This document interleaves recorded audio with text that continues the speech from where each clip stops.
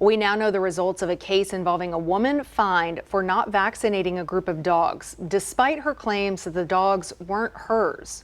25 News Now reporter Trent Whiting joined us to give us updates on the case. And Trent, you have details on a state law that could affect Victoria residents? Yes, Don, Shauna, over the weekend I spoke with Leslie Kosrick, who was facing a bill of over $1,200 for failing to vaccinate a group of 4 dogs that Victoria County Animal Services says were hers. While 3 of those citations were dropped at court today, Kosrick still faces steep penalties because of a state law that could impact many Victoria residents, some of whom may think they're doing the right thing. And yours is...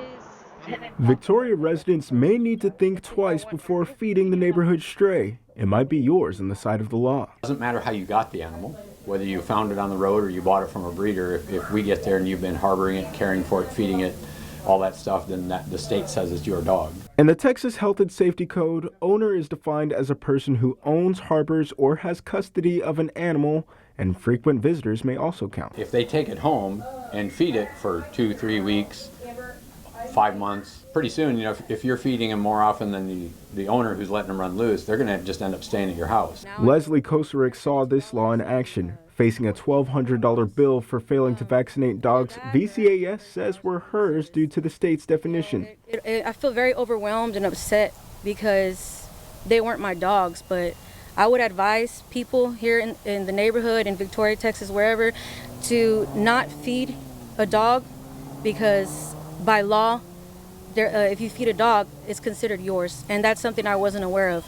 At Leslie's court hearing Monday, the judge dismissed 3 of her 4 citations. She still faces a fine of over $200 or 34 hours in community service. And I don't want to go through it again. It really upsets me. I was just trying to do a good thing. VCAS commented on the roaming dog situation over the weekend, saying most of these dogs, quote, belong to somebody, and Good Samaritans should focus more energy on returning these dogs to their owners than feeding them. Quite often it's well-intentioned people. Loose roaming dog that's not causing any harm has always been a low priority. And what I'm trying to figure out is, what if we made it a higher priority and we actually intervene quicker? Can we get animals home?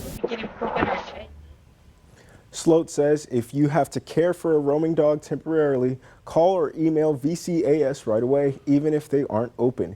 He says they'll put the dog in their records and list you as a foster until they can pick up the dog. Helping dog lovers help dogs without the risk of hefty fines. Don, Shauna?